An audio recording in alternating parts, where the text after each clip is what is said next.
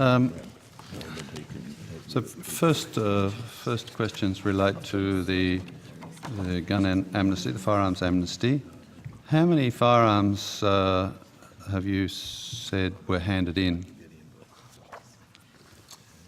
Stephen Barhouse, Acting First Assistant Secretary. I think the current, or the count that was announced was 51,000 firearms. Say again? 51,000 firearms. Okay. And of those that were handed in, how many were actually operational and how many were just firearm parts or not operational for other reasons? Senator, I don't have a detailed breakdown of the figures as yet. So the figures come from the states and territories and come from the different places where they could hand in the firearms. So we have an initial kind of figure for the end of the amnesty, which is kind of the total. But the actual kind of data of what kind of make of firearms and which ones are operational and not operational is further data which were requested by the states and territories.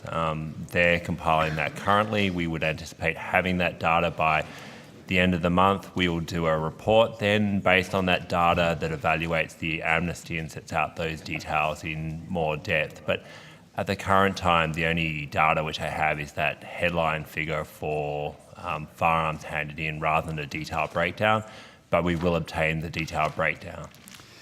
All right, well that probably answers most of the questions that I was going to ask of a similar nature, which is additional detail.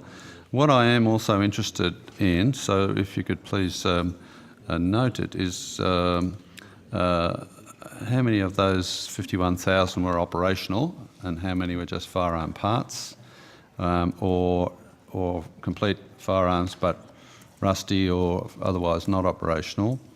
How many of those were returned as registered firearms to their owners? How many were taken on by dealers and sold? And how many were destroyed? So what I'd like actually ultimately is how many actual working firearms were handed in and destroyed.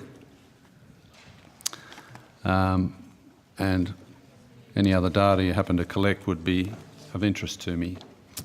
All right. Thank you, Senator. Thank you. Now,